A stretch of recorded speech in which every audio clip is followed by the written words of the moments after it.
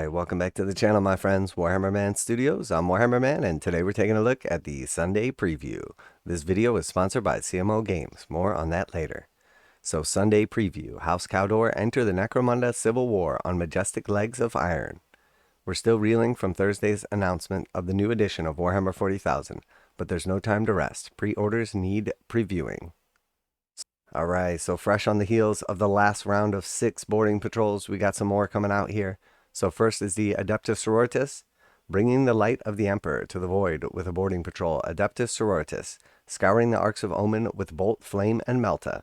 A devout Canoness leads 5 Celestian Sacresants, 10 Sisters Repentia, and 10 Battle Sisters into the breach, making this a durable fighting force with plenty of power armor and some chainsword punch.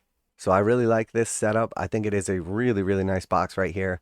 The 5 Sacresants are excellent. You can put a little punch on the leader of the squad, but they are great in combat and also very durable. And then on the other side of the spectrum, we have the Repentia with the Repentia Superior. And those Repentia hit extremely hard, doing multiple damage per SWAT and a bunch of attacks, the ability to fight on death. They are truly a glass hammer, and I think they're going to do real well in boarding actions. And then we have one standard sister squad. You got a little bit of diversity. It is the full kit, so if you're adding this onto the combat patrol, you're going to get a ton more options.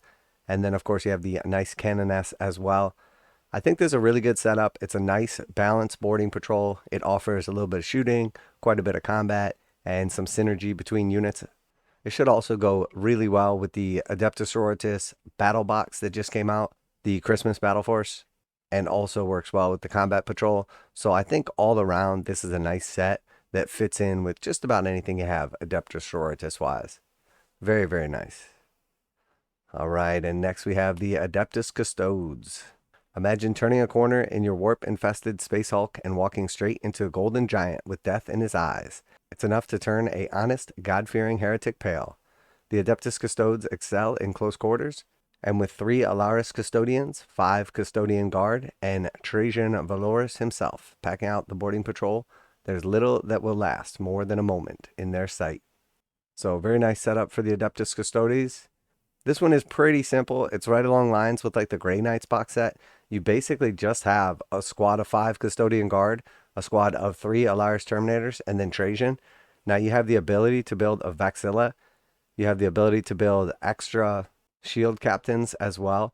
Of course, you're restricted for boarding patrol, so that's not going to be ideal probably.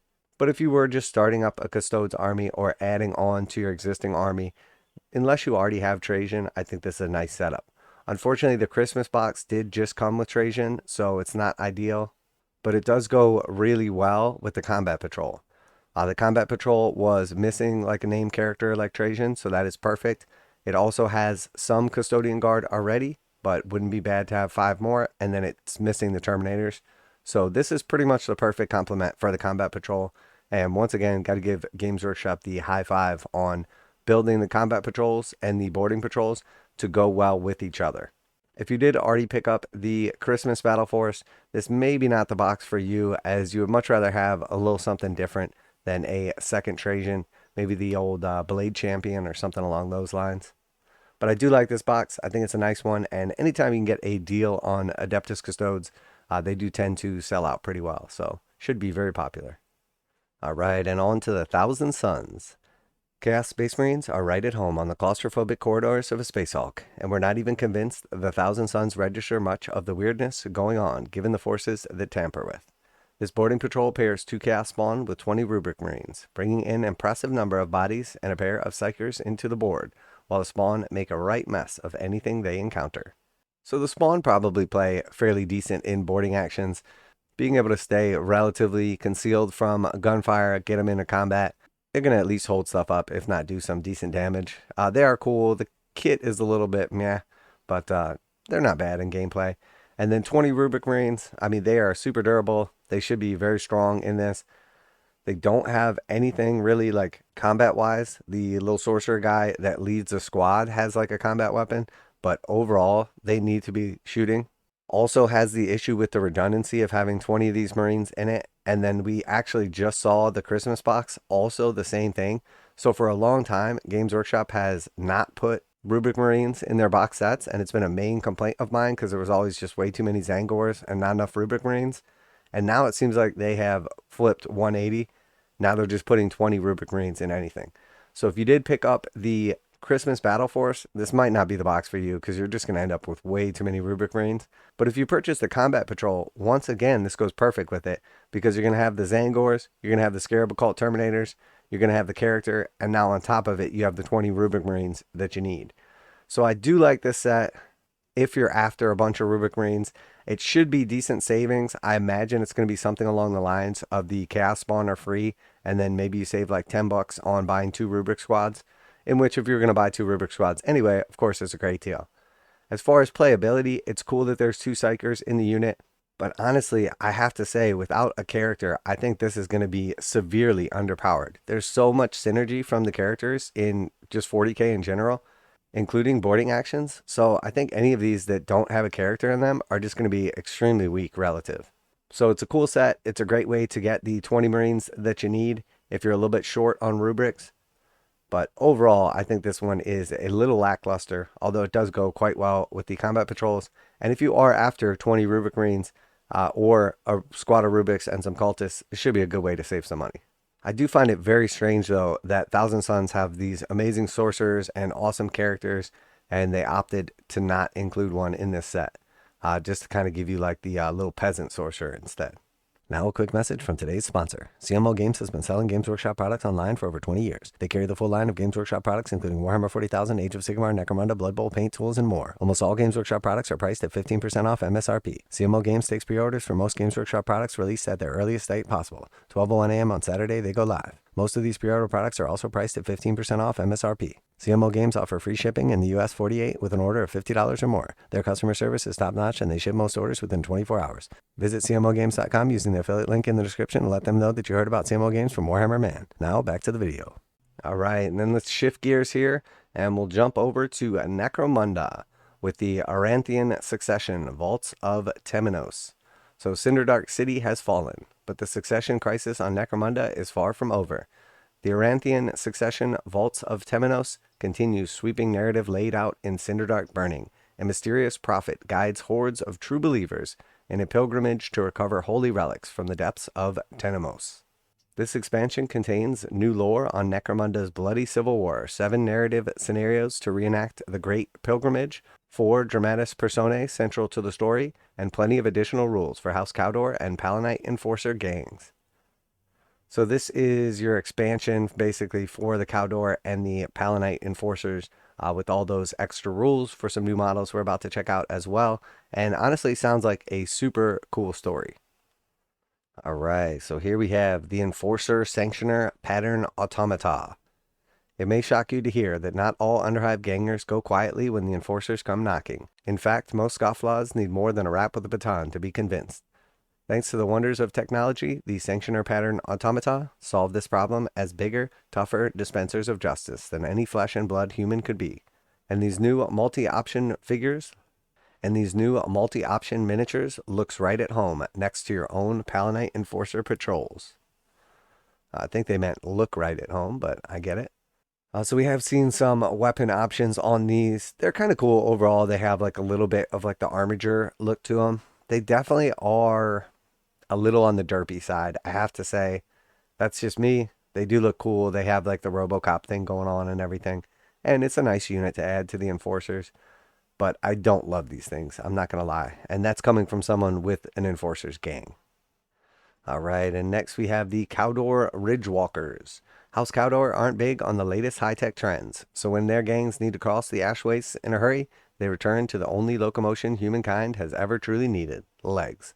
The resulting Ridgewalkers may look like ramshackle facsimiles of the great Imperial God engines, but they put out a surprising turn of speed and are the perfect platform for knocking pesky rivals off their feet like the Lancers of old.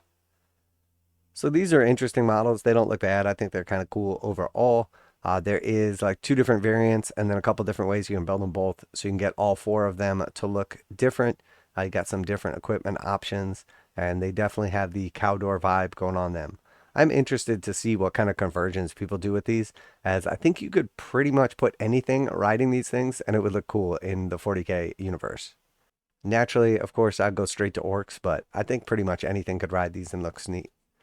All right, then we have the Cowdor Vehicle Gang Tactics cards and Cowdor Dice set. If there's one thing Cowdor gangs can get behind, it's a good holy text, and the reference in the Cowdor Vehicle Gang Tactics cards are so useful they're practically divine. There are 18 new cards for use in the Ashways campaigns, plus 8 Cowdor branded blank cards. And then we have the Cowdor Ashways upgrades. So we see a bunch of heads here, some little accessories, grenades and whatnot, and then some neat little packs as well. I do like that they give people like backpacks and like alternative faces, gas masks, etc. To fit in the Ashways. When your gangers head out into the Ashways, they want to wrap up to avoid returning with a log full of radioactive sand. You'll find no fancy respirators in this pack of resin Cowdor gang upgrades.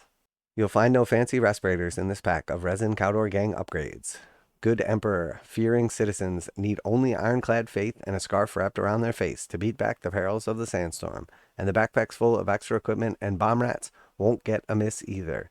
This set will be available from the Forge World web store. Okay, so I didn't notice at first, but there is definitely bomb rats like peeking out of the bags. You can see their little tails and heads like poking out different places. Very cool, very thematic, super neat. And next we have the Ashwood Stranger. Lawmen with integrity aren't entirely absent from Necromunda. They're just so rare that each one is a legend in their own right. This one, known as the Ashwood Stranger, certainly seems to be an ex-enforcer, judging by the armor, but all we know for certain is that it tales of his righteous crusade for justice stretched from hive to hive, leaving a trail of wrongdoers peppered with stub rounds in his wake. The Stranger comes in resin and will be available from Forge World web store. So super cool. A new leader for the outcasts, but he does appear to be wearing Enforcer armor. Does that mean he used to be an Enforcer? Does that mean that he took one down and eluded him? I guess we'll never know. Pretty cool model overall. You can definitely see that it is made of resin. All right, and on to a little Middle Earth action next. We have the Gundor terrain, the mansion, the tower, and the ruins. So here we see the tower. I do like this terrain. I think it's pretty cool overall. It's very unfortunate that the scale is so off here.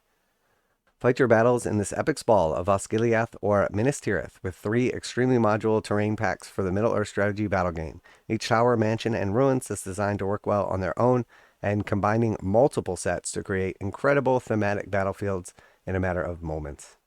Yeah, so neat stuff. I really, really wish that this was in regular scale, as a lot of this stuff would go well for Sigmar or in D&D.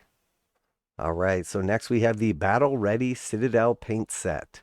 So there is a lot of competition these days for paint brands and packages and bundles. So Games Workshop has finally decided to bring back a little something of their own. With over 300 paints to choose from in this massive Citadel color range, where does a budding Golden Demon contender begin? Start with the Battle Ready paint set, a collection of 30 essential base paints and shades that provide a foundation for any paint scheme you can imagine, including superstars like Null and Oil, Lead Belcher, Rhinox Hide, and Mechanicus Standard Gray. So it doesn't actually say it right here, but this is 22 of the base paints and then 8 of the shades. So you have 22 base paints and 8 shades for a total of 30 paints in this set. And hopefully it's not just a bundle, it's going to be an actual deal, because one of the biggest issues that Games Workshop has when it comes to people buying paints is they only offer them individually unless you go to an actual Games Workshop shop where they have basically like a buy 10 get one free type thing going on. But the truth is, people just want to buy bundles. People like bundles. They want to get a little bit of savings and a bunch of stuff. So next we have the Parade Ready paint set, and you can see the difference in the vibrancy between the layer paints and the base paints. Take your collection to the next level with this Parade Ready paint set, adding 30 diverse layer paints to apply rich pops of color to your miniatures. They're also excellent for highlights and glazes, so you can transform a basic battle-ready color scheme into a competition-winning masterpiece with the help of the extensive guides found on the Citadel Color website. So 30 paints in this set, pretty cool overall. Very, very strange to see that with everything going on and all of the competition to the contrast paint line, that Games Workshop has not opted to immediately do a contrast paint set. I would think that that is such an obvious thing for them. Very, very strange that here we are like years later and they have never released any kind of like contrast package deal, starter set, anything like that. My opinion with the contrast paints is, if you essentially can get people to try out a few of them, they will be hooked and never go back to different styles of painting. Now, I say that, but I still use a combination of regular painting and then contrast style painting, or whatever you want to call it. But I think offering people a good deal on like your first 10 paints after that makes it a little more palatable to spend like $8 going forth on an individual paint once you can see them in full effect in action and experience that which is contrast. Because I am still convinced to this day that at least 50% of the people that say contrast paints aren't good have never even used them. They're just repeating something that they heard from someone else. But what do I know? I just use them every single day. All right, and next we have the Vaults of Terra. The Dark City returns, this time in paperback if you're after that. So that is it for this week's pre-orders. Quite a bit coming up here. A bunch more of the boarding patrols. I'm sure if this is your faction, you're going to be really excited about those. Quite a bit of love for Necromunda as well. And then I'm interested to see the pricing on the paint sets also. Is Games Workshop offering up some actual deals, or are these more just like bundles with no real savings? I think there are going to be some deals. I think one thing that's really important about the hobby is that now there are other companies that make good games, other companies that make good models, and other companies that make good paints and supplies as well. And typically what that does is gets us access to more options, better products, and typically the prices come down over time. And we are already seeing all three of those things in effect, and it is very nice to see. Definitely looking forward to what we see in the future. So we are definitely seeing the options starting to open up, lots of quality products, games, miniatures from other companies, and overall, I think that's great. Because some people aren't going to like Warhammer, some people aren't going to like Army Painter, and some people are going to like a little bit of everything, etc. So it is good that everybody has options, figure out what they like, what they enjoy, and make the best of their hobby, because that's really what it's all about. I don't care if you hobby like me or game like me, as long as you have just as much fun as I do. So let me know what you think down below. What are you most excited for? What are you going to be picking up this week? Special thanks to CMO Games for sponsoring the video. Make sure to check them out. Link in the description to save 15% on Games Workshop products. That's it for today. Warhammer Man Studios. I'm Warhammer Man, and I am excited for this week's pre-orders. And I'm out of here.